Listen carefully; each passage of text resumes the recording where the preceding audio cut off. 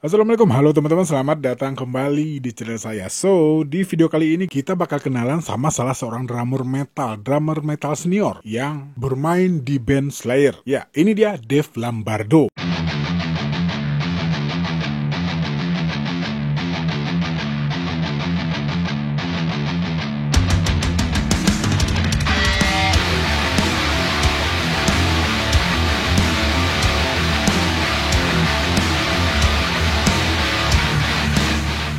Lahir pada 16 Februari tahun 1965, Dave Lombardo adalah seorang drummer berkebangsaan Kuba Amerika, lebih dikenal sebagai anggota dan pendiri dari band thrash metal Amerika, Slayer. Dan saat ini bermain dengan Testament, Fantomas, Dead Cross, Mr. Bungle, dan The Misfits. Sudah menelurkan 9 album bersama Slayer, dari mulai Rain in Blood yang keluar pada tahun 86 dan Chris Illusion yang keluar pada tahun 2006. Sudah berkecimpung di dunia musik selama lebih dari 40 tahun, terlibat dalam produksi 35 rekaman album dalam berbagai genre, dan juga bermain di beberapa band lain selain Slayer. Dave Lombardo dikenal sebagai drummer heavy metal, dijuluki sebagai The Godfather of Double Bass oleh drummer Wolf, mempunyai pengaruh besar pada scene metal dan menjadi inspirasi untuk drummer-drummer metal modern, terutama drummer metal ekstrim. Dave Lombardo lahir di Havana, Kuba pada 16 Februari tahun 65. Ada darah Italia yang didapat dari kakek leluhur ayahnya yang pindah ke Kuba pada abad ke-19. Ketika berusia 2 tahun,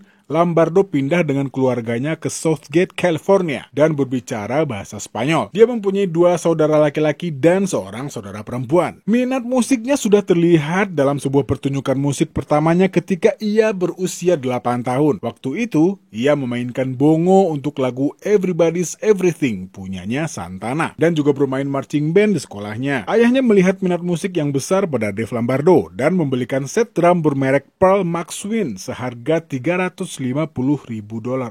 Seharga $350 ya, mungkin kalau dirupiahin sekarang sekitar 5 jutaan lah. Dan dia sudah mendengarkan Kiss dari usia 10 tahun. Membeli album yang berjudul Alive, dia belajar untuk memainkan 100,000 Years dengan mendengarkan berulang kali sampai bisa memainkannya dengan sempurna. Lombardo kecil meminta untuk ikut les drum ke orang tuanya, tapi sayang walaupun diizinkan hanya bertahan sebentar karena pelajaran yang monoton dan kurang menantang menurutnya. Suatu saat teman-temannya memperkenalkan disco dan lambat laun mulai menyukai funk, Latin, dan soul. Lombardo juga sempat menjadi DJ sementara untuk mobile disc jockey dengan nama A Touch of Class, tapi disuruh berhenti sama orang tuanya karena selalu pulang jam 4 pagi. Ya, dia disuruh berhenti. Ya, orang tuanya bilang kalau dia nggak berhenti main DJ, dia bakal dimasukin ke sekolah militer. Kembali bermain musik rock pada tahun 78 dan berteman dengan beberapa musisi seide dan sepemikiran di sekitar Southgate. Waktu kelas 8, Lombardo pindah ke Pius X High School, membawakan lagu Chuck Berry yang berjudul Johnny B. Good dengan gitaris bernama Peter Fasching saat pertunjukan bakat sekolah. Ya, katanya, saya tidak akan pernah merupakan teriakan penonton selama drum solo. Ya, ini menjadikan sebuah candu baginya suatu saat nanti. Dan waktu itu langsung dijuluki sebagai David the Drummer oleh teman-temannya. Setelah itu Lombardo membuat band yang bernama Escape dengan 2 gitaris dan menemukan vokalis untuk bergabung dengan band setelah pindah ke Southgate High School pada tahun 79.